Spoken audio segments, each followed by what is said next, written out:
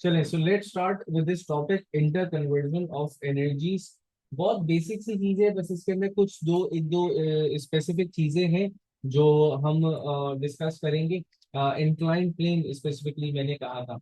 अच्छा, inter conversion of energies की अगर बात करते हैं तो हमने ओ लेवल्स में जहाँ पे हमने बेसिक्स वर्क एनर्जी पावर के पढ़े थे, उसके अंदर हमने इंटर कन्वर्जन के नाम पे सिर्फ एक चीज पढ़ी थी, काइनेटिक टू पोटेंशियल या पोटेंशियल टू काइनेटिक। या फिर कुछ थ्योरेटिकल क्वेश्चंस आते थे जिसके अंदर हम डिस्कस करते थे how in an hydro electric power station potential energy is converted ultimately into क्या कहते हैं, इलेक्ट्रिकल एनर्जी। वो सारी चीजें हैं, लेकिन यहाँ पर हम थोड़ा सा इसको डिटेल में पढ़ रहे हैं। ठीक है। अच्छा, अब हमने एक चीज पढ़ी थी ओ लेवल्स में, पहले वहां से स्टार्ट करते हैं एंड उसके बाद उसी को इंक्रीज करेंगे। बिल्कुल बेसिक वाला जो कॉन्सेप्ट था मैं वहां से स्टार्ट कर रहा हूँ। मैंने कहा फॉर एग्जांपल एक ऑब्जेक्ट था, एक ऑब्जेक्ट अ बॉल और समथिंग ऑफ मास एन। वो ऑब्जेक्ट जो है जनाब एक सर्टेन हाइट से गिर रहा है या किसी सर्टेन हाइट पे फेंका जाता है। ठीक है, दोनों ही चीजें पॉसिबल है। तो फॉर एग्जांपल मैंने कहा कि हमने उसको एक सर्टेन हाइट से मूव करवाया एक सर्टेन हाइट के ऊपर। तो let's say this is point A and this is point B. ठीक है, यहां पर इस ऑब्जेक्ट का मैंने कहा मास इज एम। ठीक है, अब पॉसिबिलिटीज क्या हो सकती हैं कि इस ऑब्जेक्ट को या तो हम बोलें कि इसको हमने ऊपर की जाने फेंका है, ठीक है, वर्टिकली अपवर्ड, तो ये ऑब्जेक्ट ए से लेके बी तक जाता है।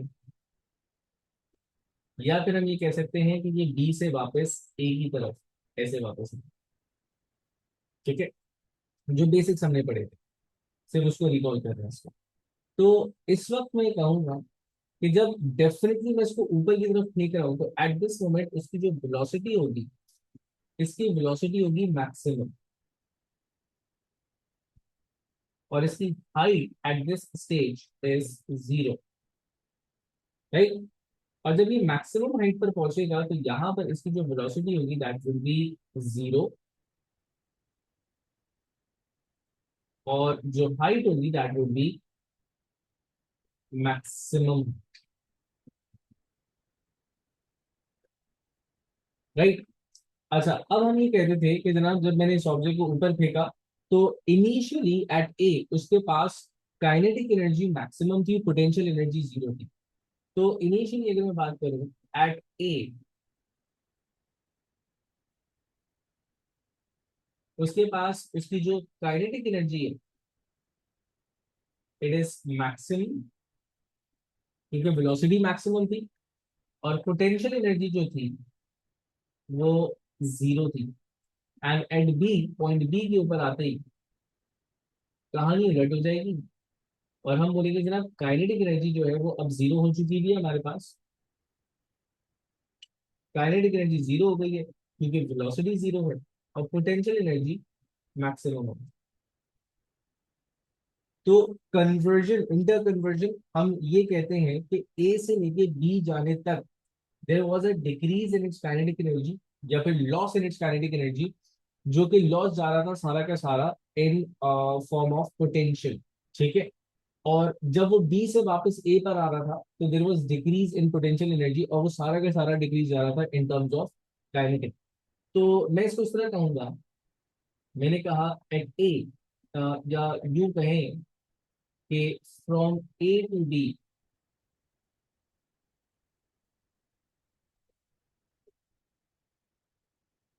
From point A to B,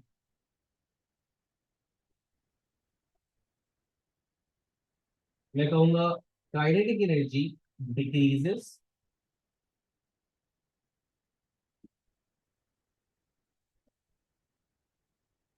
ठीक है, पोटेंशियल एनर्जी इंक्रीजेस, और जो डिक्रीज इन काइनेटिक एनर्जी जितना भी है वो सारा का सारा आपके पास कन्वर्ट हो रहा है इंक्रीज इन पोटेंशियल एनर्जी के अंदर। ठीक है, और इसी चीज को अगर मैं ऑपोजिट लिखूं कि फ्रॉम बी टू ए, इसकी पोटेंशियल एनर्जी अब डिक्रीज हो रही होगी। जब ये वापस आ रहा होगा तो पोटेंशियल एनर्जी इसकी डिक्रीज हो रही होगी। तो मैं बोलूंगा potential energy decreases, kinetic energy increases. ठीक है। और हम ये बोलेंगे जनाब जो लॉस इन पोटेंशियल एनर्जी है that is equals to the gain in kinetic energy. Now this was the basic idea जो कि हम लोगों ने ओ लेवल्स के अंदर देखा था। अब यहाँ पे एक फैक्टर जो है वो हम इग्नोर करते हैं, उस फैक्ट एयर रेजिस्टेंस का एक फैक्टर। ठीक है। प्रैक्टिकली जब आप किसी भी ऑब्जेक्ट को ऊपर फेंकते हैं तो वी एक्सपेक्ट, या इवन कि अगर वो ऑब्जेक्ट नीचे आ रहा है, जो practically I would be expecting कि इसके ऊपर एक रेजिस्टिव फोर्स लग रही होगी। ठीक है। अच्छा, हमारी काइनेमैटिक्स और हमारी डायनेमिक्स हमें बताती है कि ये जो रेजिस्टिव फोर्स है ये वेलोसिटी के साथ साथ चेंज हो रही होगी। लेकिन जब हम एनर्जीज की बात करते हैं हम एक एवरेज वैल्यू ले लेते हैं। एवरेज वैल्यू का वर्ड ये होगा जो यूज करेंगे वो ये कि हमें पता है कि जो वेलोसिटी की वैल्यू, जो रिजल्टेंट फोर्स की वैल्यू है, जो रेजिस्टिव फोर्स है and even the resultant force वो चेंज हो रही है। तो हम एक एवरेज वैल्यू ले लेते हैं, ठीक है ना, और अज्यूम करते हैं कि जनाब वो यूनिफॉर्मली चेंज हो रही है। अगर मैं ऐसा कोई चीज कंसिडर करता हूँ कि जब मैंने इसको ऊपर फेंका था तो रेजिस्टिव फोर्स डाउनवर्ड लग रही थी, मैं जब ये नीचे आ रहा था तो रेजिस्टिव फोर्स ऊपर की जाने लग रही थी। तो हमारे पास जो इक्वेशंस बनेंगी वो इस तरह नहीं बनेंगी। ठीक है। अब इक्वेशन में थोड़ी सी तब्दीली आ जाएगी। अब वो तब्दीली क्या आ रही है, मैंने यहाँ पे लिखा कि if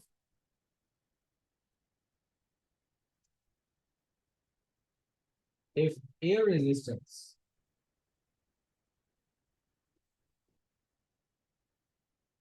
air resistance is considered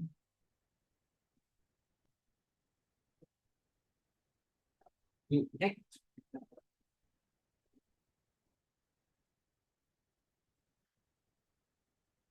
a fraction of energy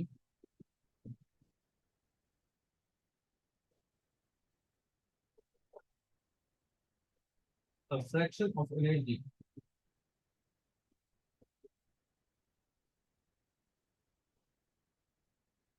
is dissipated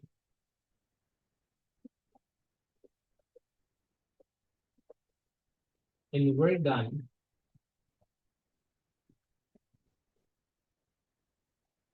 against air resistance। जिस तरह हमने एक केस देखा था work done against frictional force का, बिल्कुल इसी तरह का। तो अब आपके पास सिचुएशन, एडिशनल सिचुएशन क्या हो जाएगी। अगर मैं बात करूं कि फ्रॉम ए टू बी, अब स्टार्ट किस तरह करेंगे। जो आपके पास मेजर इनपुट एनर्जी है, जो कि इनपुट, जो वो एनर्जी जो कि इस पूरे मोशन को परफॉर्म करवा रही है, that was the kinetic energy. तो मैं बोलूंगा ए से बी जाते वक्त there was a decrease in its kinetic energy. और अब उस काइनेटिक एनर्जी का एक फ्रैक्शन जा रहा है इन दी इंक्रीज इन पोटेंशियल एनर्जी, और एक छोटा सा फ्रैक्शन जा रहा होगा work done against air resistance. ठीक है। सिमिलरली अगर मैं बात करूं from be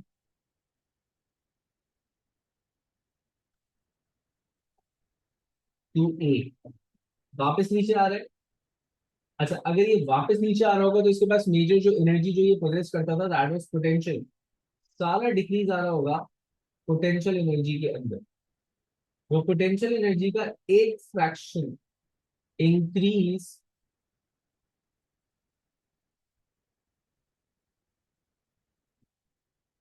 increase in kinetic energy के अंदर जा रहा है, और remaining fraction return against air resistance. ठीक है। नाउ आई कैन एक्सपेक्ट कि अगर मैं एयर रेजिस्टेंस को कंसिडर कर रहा हूं तो इसका मतलब ये है कि जितनी हाइट मैंने यहाँ एक्सपेक्ट की थी कि ये ऑब्जेक्ट इस certain value of kinetic energy से फेंका था और ये एक सर्टेन हाइट एच अचीव कर गया था। अब वो हाइट उतनी अचीव नहीं होगी क्योंकि थोड़ा सा fraction of energy work done against air resistance में चला गया है। जो अमाउंट ऑफ काइनेट जो पोटेंशियल एनर्जी था वो अब उतना नहीं है, वो कम है, जिसकी वजह से जो हाइट गेन होगी वो भी कम होगी। सेम गोज जब मैं वापस आना होगा तो आई वुड बी एक्सपेक्टिंग कि नीचे आते वक्त जो वेलोसिटी होगी वो मैक्सिमम होगी, मैक्सिमम तो होगी, लेकिन उस मैक्सिमम वेलोसिटी की जो वैल्यू है वो लेसर होगी as compare to the situation जहां पे हमने एयर रेजिस्टेंस को कंसीडर नहीं किया था। क्यों? क्योंकि अब वो अमाउंट ऑफ एनर्जी जो कि काइनेटिक एनर्जी में कम हो कन्वर्ट हुई थी उसमें से थोड़ा सा ऐसा निकल करके वेल्डर अगेंस्ट फ्रिक्शन में जा चुका। ठीक है। अब इसी में एक केस मैं यहाँ पे साइड में लिख रहा हूँ। अगर मैं कहूँ, यहाँ मैंने लिखा if an object false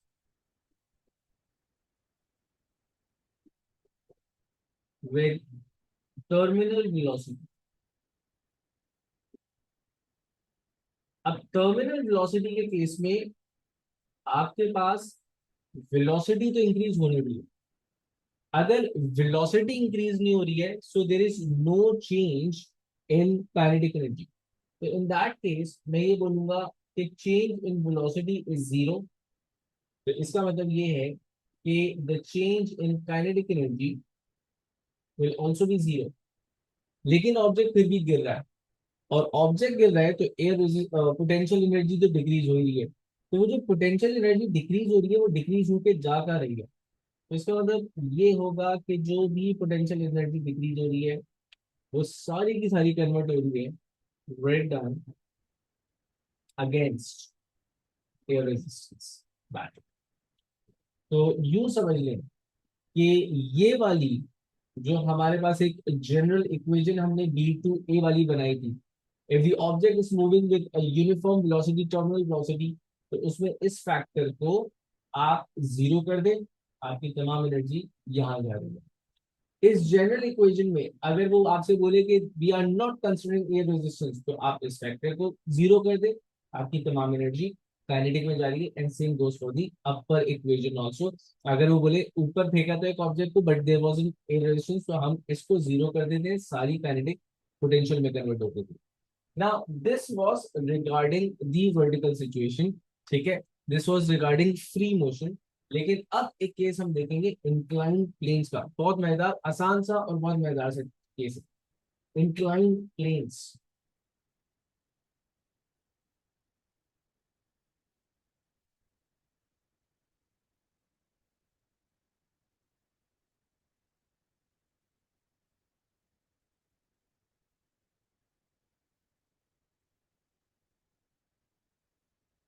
now what incline planes are, आपने मेरे साथ ये चीज वेक्टर्स में भी देखी थी, ये चीज आपने मेरे साथ फोर्सेस में भी देखी थी, और अब यही चीज वर्क एनर्जी के रिस्पेक्ट से भी देख रहे हैं।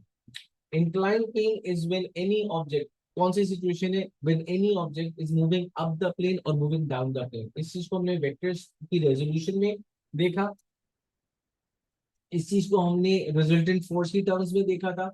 आज सिमिलर चीज को एनर्जी सिस्टम से हिसाब से देख रहे हैं। तो सबसे पहले फॉर एग्जांपल मैंने कहा कि हमारे पास लेट्स से दो केसेस हो सकते हैं, anything that is moving up the plane और anything that is moving down the plane. तो फॉर एग्जांपल हमने कहा there was a plane and the plane was inclined to an angle.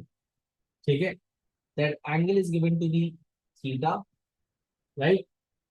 और एक ऑब्जेक्ट है जिस ऑब्जेक्ट को हम एक सर्टेन फोर्स लगा करके मूव करवा रहे हैं। मैंने कहा ऑब्जेक्ट इनिशियली यहाँ रखा हुआ था, ठीक है, और इस ऑब्जेक्ट को हमने एक फोर्स लगा करके इस पॉइंट तक लेकर के आना। ठीक है, जो फोर्स हमने लगाई है उस फोर्स का direction, the applied force has a direction parallel to the plane, let's say ये वाला, ठीक है, पैरेलल टू दी प्लेन, तो यहाँ फोर्स लग रही है इसके ऊपर, let's say a force F, जो उसको पुशिंग फोर्स लग रही है, और the object is experiencing a frictional force in opposite direction definitely. तो मैंने कहा इसके ऊपर एक फ्रिक्शन फोर्स लगेंगे एफ, राइट। अब ये जो ऑब्जेक्ट है ये दो डिफरेंट डिस्टेंसेस कवर कर रहा है, ठीक है। A distance which is in the direction of the plane, जिसे मैं इंक्लाइन डिस्टेंस कह रहा हूं, मैंने उसको एस का नाम दिया। मैंने कहा this is the distance S, जो कि इसने प्लेन के पैरेलल कवर किया था, ठीक है। और एक इसने वर्टिकल हाइट गेन की, यहां से लेके यहाँ तक की, तो मैं इक्वली गुड ये भी नहीं कर सकता, ठीक है। बॉटम टू बॉटम अगर बात रखूं तो ये मेरे पास वो हाइट हो चुकी है। तो जनाब ये इसने डिस्टेंस कवर किया था, और ये इसने हाइट गेन की थी। एडिशनली क्या हो सकता है, एडिशनली मैं ये भी कह सकता हूँ कि इनिशियली इसकी वेलोसिटी थी यू, एंड फाइनली इसकी वेलोसिटी हो गई थी, मतलब वो एक्सेलरेट भी कर गया। अब इसको हम किस तरह सॉल्व करते हैं, या फिर इसकी सिचुएशन को हम किस तरह रीड करते हैं, इसमें अगर वर्क एनर्जी का सिस्टम लगाएंगे तो हम क्या बात करते हैं। हम ये कहते हैं कि जनाब इस ऑब्जेक्ट को अप द प्लेन लिफ्ट करने के लिए एक वर्क डन कर रहे हैं, ठीक है ना। और वो जो वर्क डन है उसको एफ इंटू एस से हम लिखा जाएगा। तो मैंने कहा कि मैंने एक इनपुट वर्क डन किया, ना दैट वर्क डन किस किस फॉर्म में कन्वर्ट हो रहा है ये देखना। ये वर्डन सबसे पहला, तो मैं देख रहा हूँ कि अगर मैं अप द प्लेन जा रहा हूँ तो मेरा जो ऑब्जेक्ट है वो एक एल्टीट्यूड भी गेन कर रहा है। वो पहले इस हाइट लेवल पे था, अब वो इस हाइट लेवल पे आ गया, तो इसके अंदर चेंज इन पोटेंशियल एनर्जी आएगा। तो वो जो चेंज इन पोटेंशियल एनर्जी आ रहा है वो भी इसी वर्डन से निकलेगा जो मैंने इनपुट दिया, राइट। उसके बाद फिर मैं कहूंगा कि object is seen to be accelerate, initial speed थी इसकी यू, फाइनल स्पीड इसकी हो गई v। तो there was a change, there was an increase in its kinetic energy. तो एक चीज तो यहाँ पे गलत हो गई कि अगर हम सोचते थे जो बचपन में सिर्फ एक सिचुएशन समझते थे, काइनेटिक कम होगी पोटेंशियल बढ़ेगी, पोटेंशियल कम होगी, नहीं दोनों एक साथ भी बढ़ सकते हैं ना। जैसे यहाँ पे काइनेटिक भी बढ़ी और पोटेंशियल भी बढ़ रहा है आपके पास, ठीक है, the object is accelerating up the plane. अच्छा, और क्योंकि फ्रिक्शनल फोर्स भी लग रही थी, तो वर्डन अगेंस्ट द फ्रिक्शन भी इसी में से हो रहा होगा। वर्डन अगेंस्ट फ्रिक्शन, जिसे मैं loss in the form of heat भी कह सकता हूँ ना। इसको अब द प्लेन ले जाने में जो मुझे वर्डन करना है वो इतना करना है कि I need to satisfy these three changes. बेटा this entire thing can be generalised and written as work energy theorem.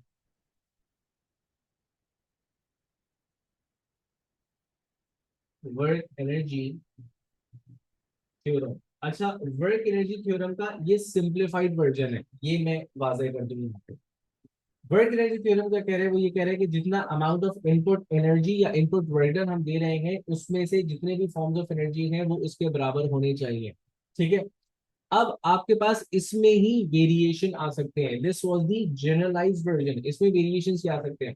Let's say पहली वेरिएशन मैंने कही कि surface was frictionless, surface was frictionless. अगर फ्रिक्शनलेस सरफेस था तो इसमें से अब आप इसको हटा दें, इसको जीरो कर दें, there is no work done against friction, क्योंकि फ्रिक्शन था ही नहीं। तो आपका वर्क एनर्जी थ्योरम ऑल्टर हो जाएगा, और ऑल्टर होके हो जाएगा F into S, this was your input work done, वो कन्वर्ट हुआ M G H, the change in potential energy, या मैं इसको एम जी डेल एच लिख देता हूँ ताकि चेंज वाजह रहे, और बाकी कन्वर्ट हुआ हाफ एम वी स्क्वायर के अंदर,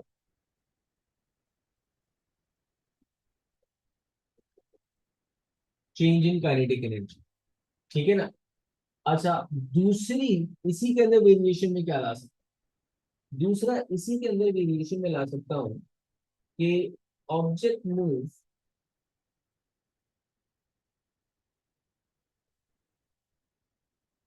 with uniform velocity,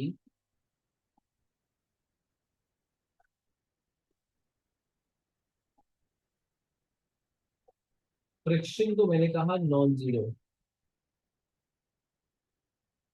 डेफिनेटली अगर यूनिफॉर्म वेलोसिटी है तो इसका मतलब है कि कुछ ना कुछ फ्रिक्शन मिल रही होगी, forward and backward forces balance out हो रही होंगी। तो इन दैट केस यही वर्क एनर्जी थ्योरम मेरे पास किस तरह ऑल्टर हो जाएगा, अब यहाँ पे देखो। जनरल वर्जन के ऊपर जाओ तो मैंने कहा if it's moving with uniform velocity तो देयर इज नो इंक्रीज और no decrease in the kinetic energy. Kinetic energy है, चेंज नहीं हो रही है। तो जो मैं इनपुट कर रहा हूँ वो इनपुट इसमें तो नहीं जाएगा बिकॉज इट्स नॉट इंक्रीजिंग। ठीक है, तो मेरे पास यही वर्जन अब क्या हो जाएगा, मैं इसको लिखूंगा दैट वर्क डन जो मैंने किया एफ इंटू एस वो जा रहा है एम जी डेल एच में plus work done against friction. अच्छा, इस वर्क डन अगेंस्ट फ्रिक्शन को हम किस तरह लिखते थे, स्मॉल एफ इंटू एस। जाहिर है कि फ्रिक्शन फोर्स भी along this length he act कर रही है ना आपके पास, तो वर्क डन अगेंस्ट फ्रिक्शन आप इस तरह निकालेंगे।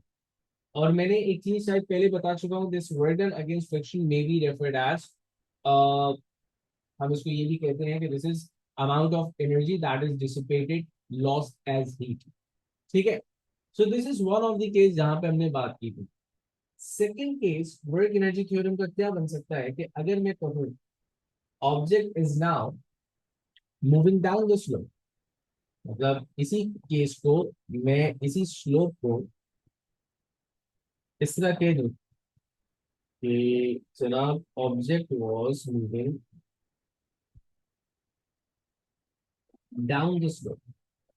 ठीक है, अच्छा, अब वो स्लोप से एक ऑब्जेक्ट नीचे, चलो थोड़ी सी मैं इसको डायग्राम को तरीके से बना दूं जैसे मैंने इसकी डायग्राम बनाई थी डाउन द स्लोप के लिए एक diagram.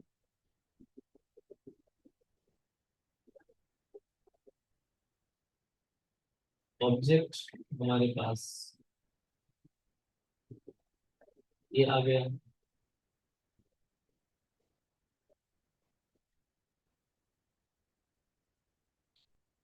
Almost everything is similar, बस एक छोटी सी वेरिएशन है, एक छोटी सी वेरिएशन क्या है इसको देख लेते हैं। ठीक है, अच्छा, इधर भी you have a length covered in the direction of the plane, inclined plane। ठीक है, जिसको हम एस का नाम दे रहे हैं। ठीक है, and there is a change in vertical position also, जिसको हम डेफिनेटली एच का नाम देंगे। सही है, और यहाँ पर भी हम एक कंडीशन लगा सकते हैं कि इसको फ्रिक्शन फोर्स मिल सकती है नहीं भी मिल सकती, that totally depends upon the surface. लेकिन यहाँ पर मैं ये नहीं कहूंगा कि मैंने कोई इनपुट वर्डन किया, हो भी सकता है किया हो सकता है ना किया हो। लेकिन मोस्टली जब डाउन द स्लोप आ रहे हैं तो हम ग्रेविटी के ही बलबूते आ जाते हैं। तो मैंने कहा there was a friction force that was acting on it, right. तो इन सच अ केस मैं जनरलाइज सिचुएशन क्या बना सकता हूँ, इन सच अ केस में जनरलाइज सिचुएशन ये बनाऊंगा कि देखो इनिशियली इसके पास काइनेटिक एनर्जी, इसके पास पोटेंशियल एनर्जी थी और इसकी एक वेलोसिटी लेट से कि ये यू से स्टार्ट किया, यू में भी अ जीरो मैग्नीट्यूड वेलोसिटी और वी पे खत्म किया।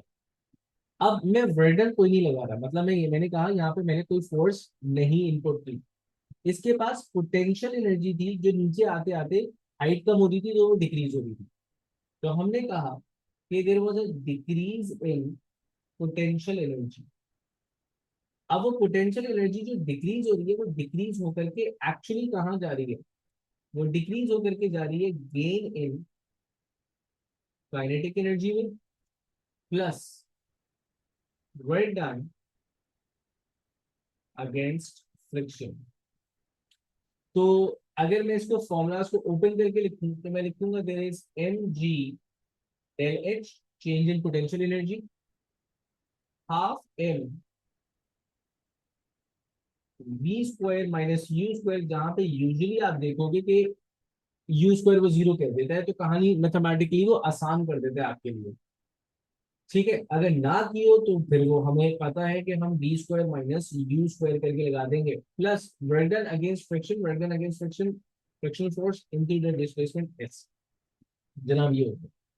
अब यहां पर अगेन पहला केस, अगर मैं कहूं कि फ्रिक्शनलेस सरफेस, तो एग्जैक्टली exactly वही करना है जो पहले किया था। भाई अगर फ्रिक्शन है ही नहीं तो यहाँ पे कुछ भी नहीं जाया हो रहा आपके पास, आपकी तमाम पोटेंशियल एनर्जी काइनेटिक में कन्वर्ट हो रही है, just like a free fall हमने देखा था। तो मैं सीधे सीधे कहूंगा कि the change in potential energy would convert into gain in kinetic, right. अगर मैं इस तरह बोलूं, सेकंड केस, कि object slides down with uniform velocity,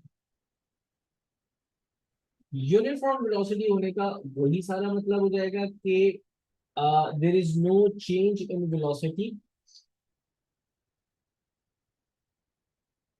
तो मतलब देर is no change in kinetic energy as well. तो हमने इसको जीरो कर देना है, तो जो भी डिक्रीज इन पोटेंशियल एनर्जी आ रहा है वो सारा का सारा लॉस एज हीट जा रहा है आपको, that is work against friction forces.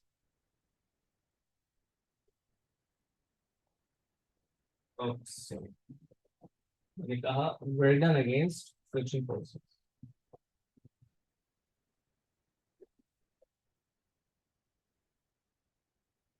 ठीक है, so these were the two incline plane system. अब यहाँ पे मैं मल्टीपल केसेस ऐड कर सकता हूँ, जैसे आपने एक सवाल किया था जहाँ पे मैं दो प्लेन्स ऐड कर सकता हूँ। मैंने कहा जी पहले वो नीचे आ रहा था, पोटेंशियल एनर्जी डिक्रीज हो रही थी, फिर वो ऊपर जा रहा था, पोटेंशियल एनर्जी दोबारा इंक्रीज हो रही थी, काइनेटिक भी इंक्रीज हो रही थी। तो इस टाइप की जो सिचुएशंस है वो अब हम क्वेश्चन के थ्रू देखते हैं। ठीक है, आई होप यहाँ तक कॉन्सेप्ट क्लियर हुआ होगा। बाय कॉन्सेप्ट हमने चैप्टर को खत्म कर लिया, लेकिन अब हमें इसके क्वेश्चन समझने हैं। तो आज स्पेसिफिकली इस इंक्लाइन प्लेन इंटर कन्वर्जन वाले जो क्वेश्चंस है हम उस तरफ समझे, उस तरफ जाते आज इसको सॉल्व करेंगे। ठीक है, सो और वो जो आपने एक क्वेश्चन की कल रिक्वेस्ट की थी वो भी मैं आज ही कवर करेंगे। ठीक है,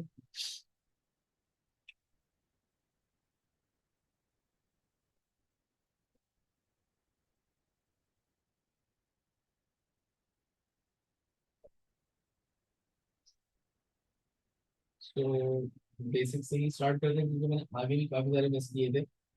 अब जैसे let's start with this question number one. ठीक है, the question number one says a car driver adjusts the pressure on the car's brakes so that the car travels at a constant speed। Car एक constant speed के साथ आ रही है। देखो अगर car को कांस्टेंट स्पीड के साथ आता हुआ सुन लो कि जनाब कार कांस्टेंट स्पीड के साथ आ रही थी, तो मेरी एक्सपेक्टेशन यहाँ पे ये है कि जनाब काइनेटिक एनर्जी के अंदर किसी किस्म का चेंज नहीं आ रहा है, right. The magnitude of the change in car's kinetic energy is Ek. The magnitude of the change in its gravitational potential energy is Cv. What is the what is the correct statement? अब definitely when there is no change in kinetic energy तो potential energy kinetic में नहीं जा रही होगी। तो अब मैं बेस्ट पॉसिबल आंसर देख लेता हूँ। Change in kinetic energy is greater than change in potential energy, नहीं ऐसा कुछ नहीं है। मैं ये जितने भी चेंज इन काइनेटिक एनर्जी वाले ऑप्शंस हैं इनको कैंसिल आउट कर सकता हूँ, because there is no change in kinetic energy. And जो ओनली ऑप्शन बचता है वो ये है कि the change in kinetic energy was zero. Why? Because velocity wasn't changing. Velocity change नहीं हो रही तो काइनेटिक एनर्जी आपके पास चेंज नहीं हो रही। माइंड इट कि हम चेंज इन काइनेटिक एनर्जी की बात करते हैं, काइनेटिक एनर्जी की बात नहीं। तो आपके ध्यान में कभी ख्याल है कि सर ऑब्जेक्ट चल तो रहा है, काइनेटिक एनर्जी तो होगी, बिल्कुल होगी, चेंज नहीं हो रही है। हम इंटर कन्वर्जन की बात कर रहे हैं, there is no increase, there is no decrease in the kinetic energy. Right. चले, अ, अब ये एक सवाल जरा देखिएगा, this is up the slope वाली सिचुएशन। यहाँ पे आपको फोर्स दे रखा हुआ है, यहाँ पे आपको weight of the object they रखा हुआ है, हाइट एंड इंक्लाइन डिस्टेंस। सवाल पढ़ लेते हैं क्या कहता है। वो कहते हैं a constant force of 9000 newton parallel to incline plane moves a body of weight 20000 newton through a distance of 40 meter, ये इंक्लाइन डिस्टेंस था, एट अ कांस्टेंट स्पीड। अब ये आ गई काम की बात, कांस्टेंट स्पीड मतलब चेंज इन काइनेटिक एनर्जी आपके पास हो गई है zero. The body gains a height of 12 meters. How much work done is dissipated as heat? तो देखो, डायरेक्टली कर सकता हूँ, लेकिन पहली सवाल है तो मैं थोड़ा सा इस पे इक्वेशन बनाऊंगा। देखो सिचुएशन ये है कि I am doing the work to move this object up the slope. तो बर्डन जो था that is F into S, वो जा रहा है इंक्रीज इन पोटेंशियल एनर्जी में। जनरल फॉर्म लिख रहा हूँ, तो मैंने कहा उसका एक फ्रैक्शन जाना चाहिए चेंज इन काइनेटिक एनर्जी के अंदर, and a fraction should go as heat. ठीक है, तो ये मैंने कहा ये हीट में जाओ।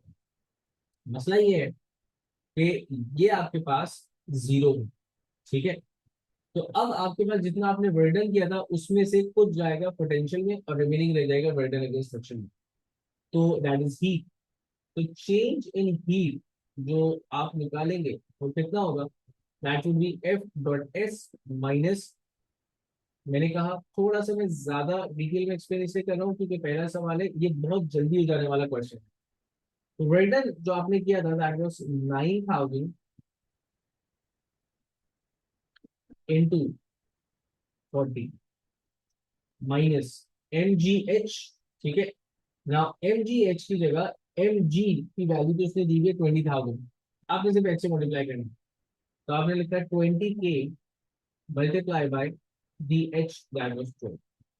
बेटा ये जो वैल्यू है this would be equal to the, इसको जो सब्ट्रैक्ट करके आप आंसर निकाल लें, that would be the work done dissipated, the amount of energy dissipated as heat. तो मैंने कहा 40, ये आपके पास 360K आता है। ठीक है, 20 into 12, ये आपके पास 240K आता है। तो ये आंसर आपके पास 80,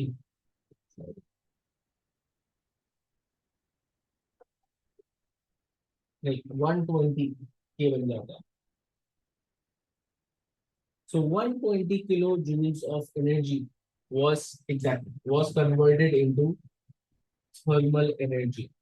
उसमें से 360 रिमेनिंग जो है आपके पास 240, वो कन्वर्ट हुआ था गेन इन पोटेंशियल एनर्जी के अंदर, and there was no change in the kinetic energy of the system. ठीक है, चलिए, अ, ये सवाल आसान है, चलिए इसको ट्राई कर लेते हैं।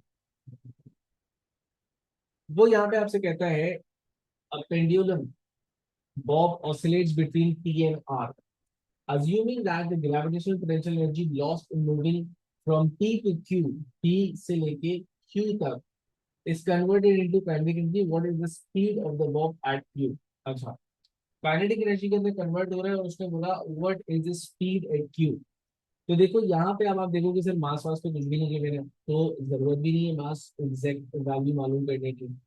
आपके पास चेंज इन पोटेंशियल एनर्जी जा रहा है चेंज इन काइनेटिक एनर्जी के अंदर, मतलब इसने खुद ही कहा कि अज्यूम करने की जरूरत नहीं है कि जनाब पोटेंशियल एनर्जी के अंदर आपके पास जो चेंज आ रहा है वो एम जी एच, और एच जो है वो आपके पास ये वर्टिकल हाइट जिसको उसने वाई कहा, तो मैंने इसको लिख दिया एम जी वाई। यहाँ पे जो आपके पास काइनेटिक एनर्जी का चेंज आएगा that would be half M V square, ये इंक्रीज हुआ एम, और एम यहाँ से कैंसिल आउट हुआ। आपको चाहिए थी इस स्पीड मतलब मैग्नीट्यूड ऑफ द वेलोसिटी, तो सब्जेक्ट बना लो 2G वाई, और स्क्वायर था तो ये अंडर रूट चला जाएगा। दिस इज द स्पीड जो आपके पास एट पॉइंट क्यू इस बॉब की होगी। ठीक है।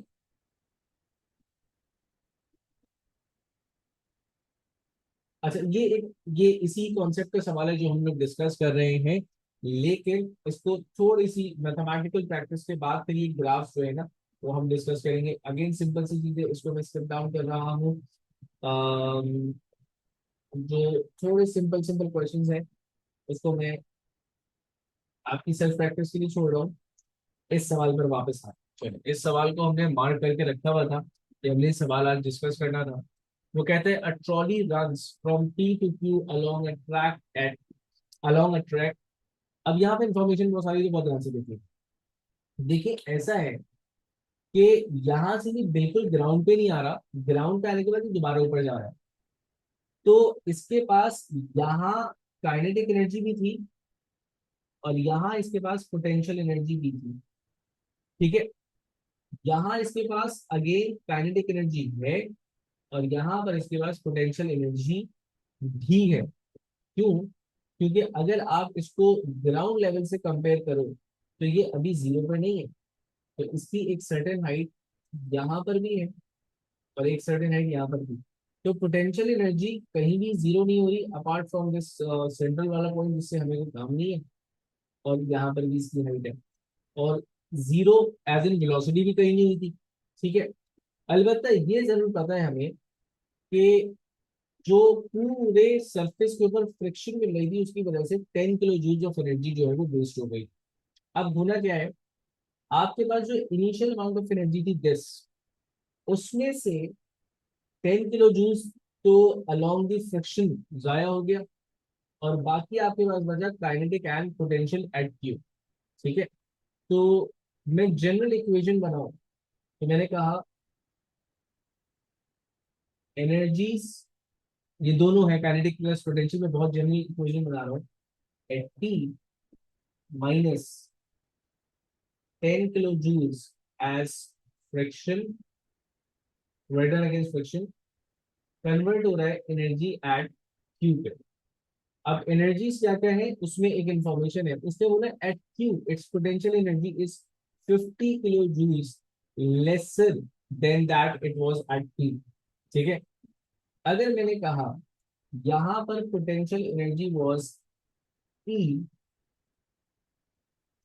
तो यहाँ पे potential energy is E minus 50 kilo joules. ठीक है। उसके बाद उसने बोला the kinetic energy of the trolley is 5 kilo joules at T. यहाँ पर इसकी जो एनर्जी थी दैट वाज 5 किलो जूल्स और आपसे मांगा है kinetic energy at this point. ठीक है। तो अब आप एनर्जीज को ओपन करके रखो, पी के ऊपर आपके पास जो एनर्जी थी एक 5 किलो जूल्स की काइनेटिक एनर्जी थी प्लस एक पोटेंशियल एनर्जी थी जिसको मैंने ई कह दिया। इसमें से 10 किलो जूल्स फ्रिक्शन के तौर पे फ्रिक्शन में खर्च हो गए हीट की फॉर्म में।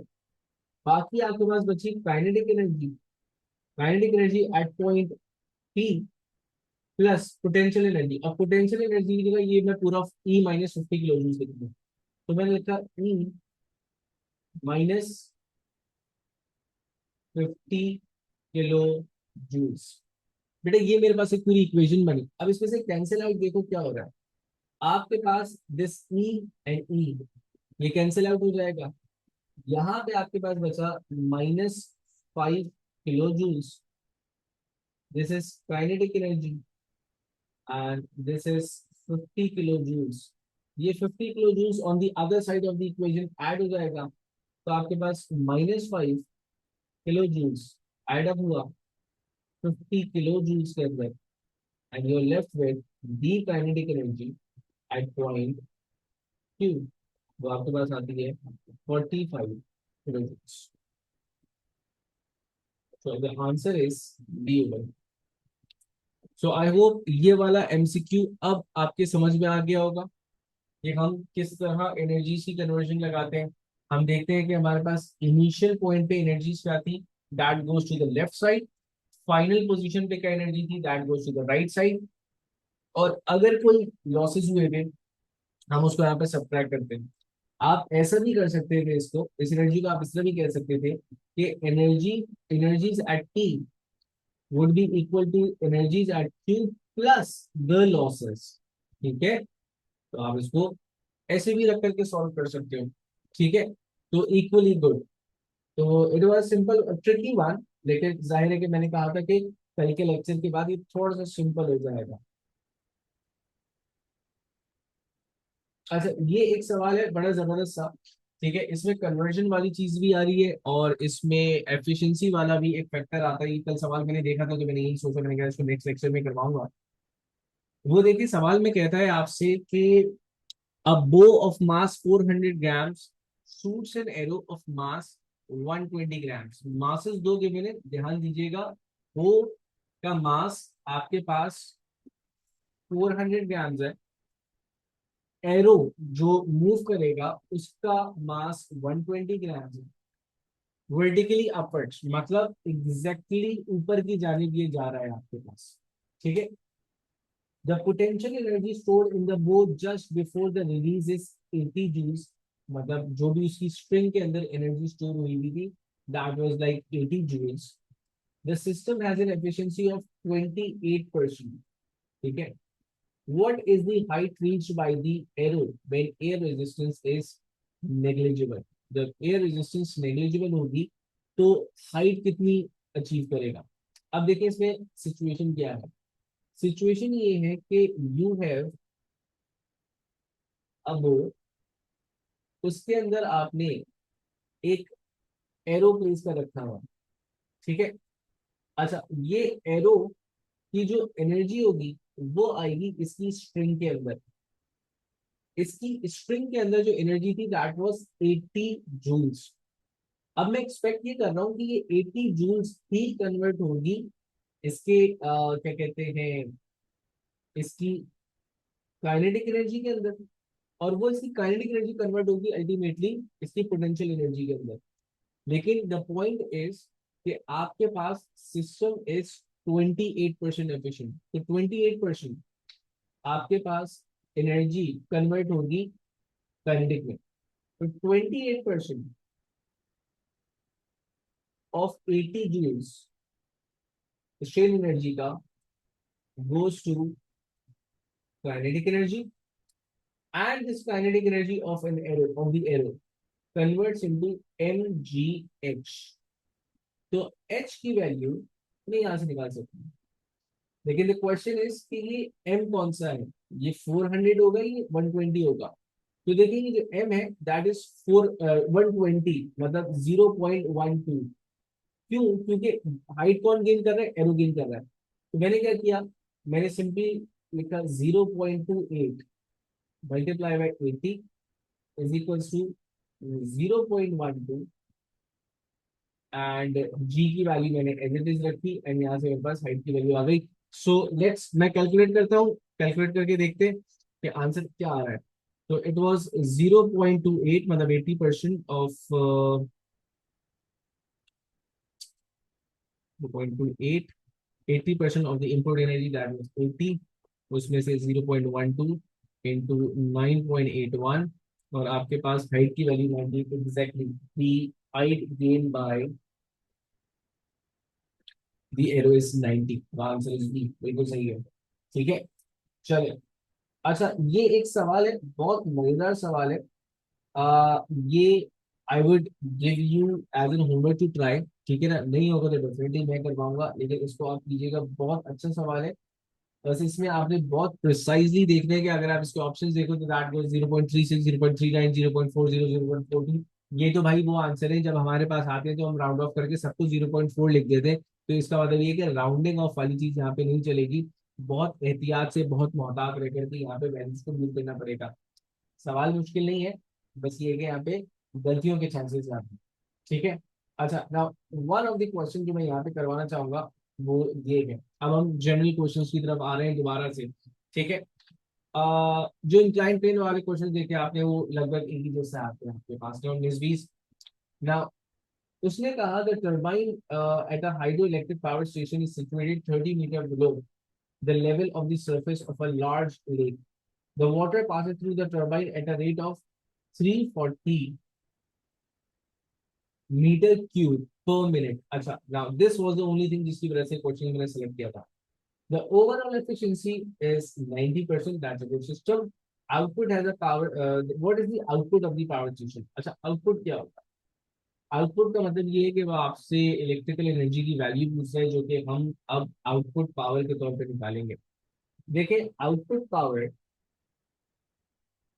Would be 0.9 as in 90% of the input power. ठीक है, और input power is rate of change in potential energy. Now, the point is कि आपको मास नहीं गिवन है, आपको गिवन है वॉल्यूम फ्लो रेट। तो सबसे पहले आप वॉल्यूम फ्लो रेट को थोड़ा सा ठीक करोगे। ठीक ये करना है कि ये गिवन है पर मिनट, मैं इसको कन्वर्ट करूंगा पर सेकंड में। ठीक है, तो पर सेकंड में कैसे कन्वर्ट होना है? 340/60 कर दो, दैट्स इट, हो गया कन्वर्ट। तो ये आपके पास हो गया 5.67 मीटर क्यूब पर सेकेंड। ठीक है, it's still the volume flow rate, मुझे इसको मास फ्लो रेट में कन्वर्ट करना है। तो मास फ्लो रेट ये होगा जब मैं इसको डेंसिटी से मल्टीप्लाई कर दूं। तो मेरे पास 0.9, 90% जो था, 5.67 into the density of liquid, that was 1000। बेटा, ये चीज आपके पास आ गई मास फ्लो रेट। ठीक है, this entire thing is equals to m/t। ठीक है, इसको आपने आगे मल्टीप्लाई किया 9.81 से, और जो चेंज इन हाइट था दैट वाज 30 मीटर, तो आपने 30 से मल्टीप्लाई कर दिया। बेटा, ये जो पूरा ब्रैकेट है, रेड वाला bracket, this is rate of change of potential energy, और इसका आपने 90% लिया, वो इनपुट आ जाएगा।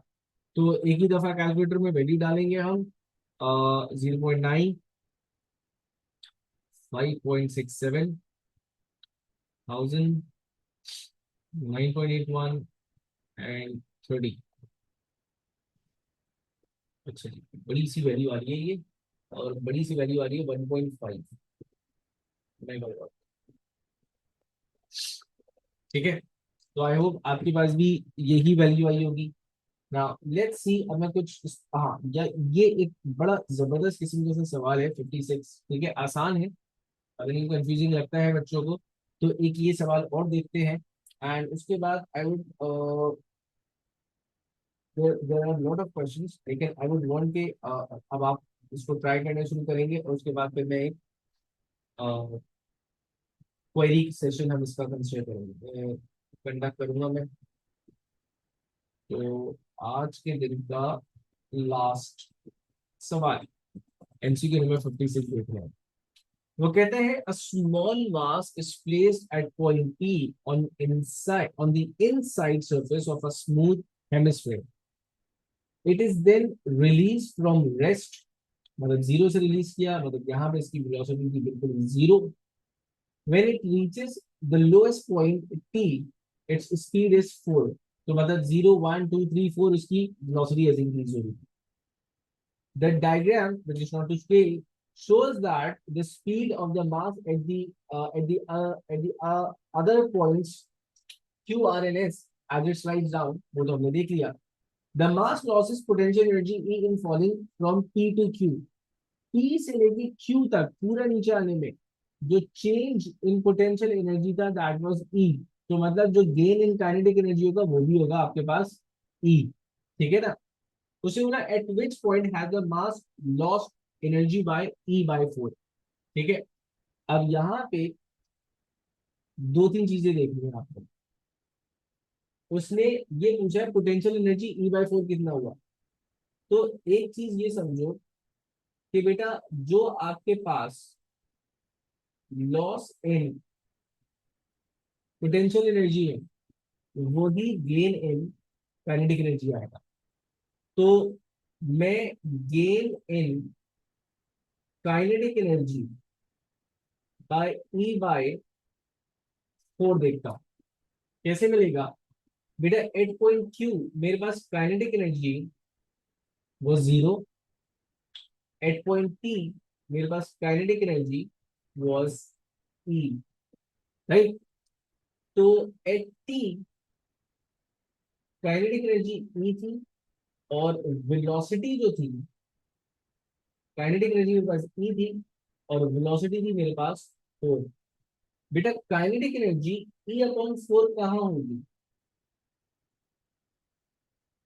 जहां पर वेलोसिटी मेरे पास v अपॉन 4 होगी, सॉरी, जहां पर वेलोसिटी मेरे पास v अपॉन 2 होगी। दैट इज, अगर यहाँ पर वेलोसिटी v थी, दैट वाज 4, तो मेरे पास वेलोसिटी 2 मीटर पर सेकेंड जिस पॉइंट पर होगी, वहां पे मेरे पास गेन इन काइनेटिक एनर्जी होगा e अपॉन 4। और यही मेरे पास loss in potential energy, sorry, इस पॉइंट जहां पर आपके पास वेलोसिटी हाफ थी, वहां पे एनर्जी आपके पास 1/4 थी, potential energy. So point R is that point जहां पर आपके पास gain in kinetic loss in potential was equal to E upon 4। चले, तो यहाँ पे हमारे पास ये जो चैप्टर है वर्क एनर्जी पावर का खत्म हुआ। इसके कुछ क्वेश्चंस हमने लास्ट क्लास में देखे थे, कुछ क्वेश्चंस हम लोगों ने आज देख लिए थे। There are a lot of questions की प्रैक्टिस वाला एक क्या कहते हैं लेक्चर, जो कि मैंने ऑलरेडी अपलोड किया था, जो टॉपिकल मेरी प्लेलिस्ट बनेगी है टॉपिकल वाली, जिसमें मैं टॉपिकल क्वेश्चंस को सॉल्व करके देख रखा हुआ हूँ। तो वहां पे इसकी पेपर 2 की भी सॉल्यूशन है, तो आप उसको भी गो थ्रू कर सकते हैं फॉर प्रैक्टिस, ठीक है। तो वर्क एनर्जी पावर खत्म हुआ, एंड नेक्स्ट लेक्चर जो अब हमारे पास होंगे that would B of deformation.